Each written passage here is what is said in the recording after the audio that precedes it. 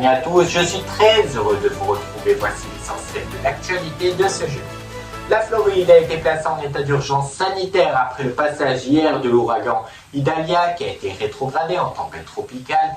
Des vents importants allant jusqu'à 215 km/h ont été enregistrés.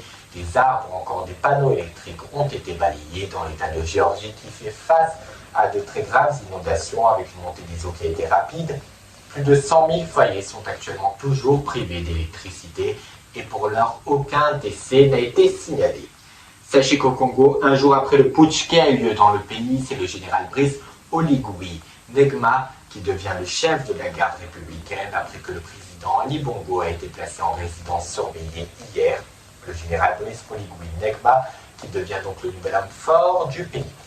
En France, à présent, après plus de 12 heures d'échanges entre Emmanuel Macron et les différents chefs de partis politiques hier à Saint-Denis, dans le 93, sur la situation internationale et ses conséquences pour le pays, et bien cet entretien s'est vu comme un échec d'après les opposants du chef de l'État, comme la gauche qui se dit déçue de cette discussion. L'extrême droite, elle, parle de débats francs mais sans conclusion. Le président de la République qui souhaite à nouveau s'entretenir avec les différents chefs de parti.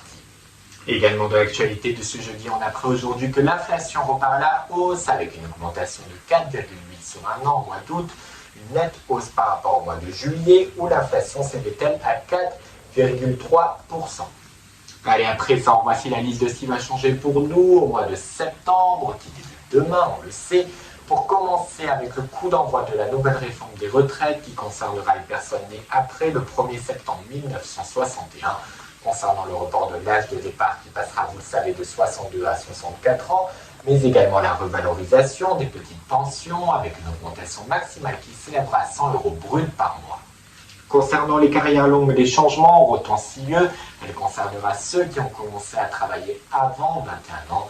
4 seuils d'entrée sont concernés. Ceux qui démarrent le travail avant 16 ans pourront partir à la retraite à 58 ans. Elle sera de 60 ans pour les personnes ayant commencé avant 18 ans, 62 ans pour ceux qui ont commencé le travail avant 20 ans.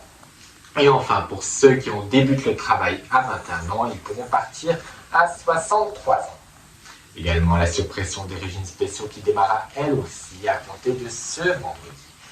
Concernant les ruptures conventionnelles, maintenant sachez qu'elle sera plus chère au 1er septembre pour les employeurs. Cette augmentation qui a pour but d'éviter les licenciements abusifs pour ceux qui sont proches de la retraite. Également ce qui change pour nous, celle de l'évolution du taux du prélèvement pour l'impôt sur le revenu. Si vos impôts ont été augmentés pendant 2021 et 2022, le taux du prélèvement sera en hausse. Mais par contre, si vos impôts ont diminué lors de la même période, eh bien votre taux baissera. Et puis enfin, pour finir, une bonne nouvelle pour les consommateurs, celle du désabonnement en ligne. Avec seulement 3 clics, les entreprises devront mettre plus en avant le bouton résiliation sous peine d'amende administrative allant de 15 à 75 000 € d'amende.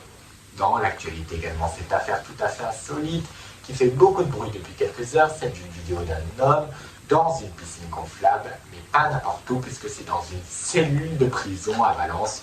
La piscine pourrait devenir d'une livraison de drones, des livraisons qui se multiplient depuis quelques semaines. Je vous propose de regarder la vidéo en question.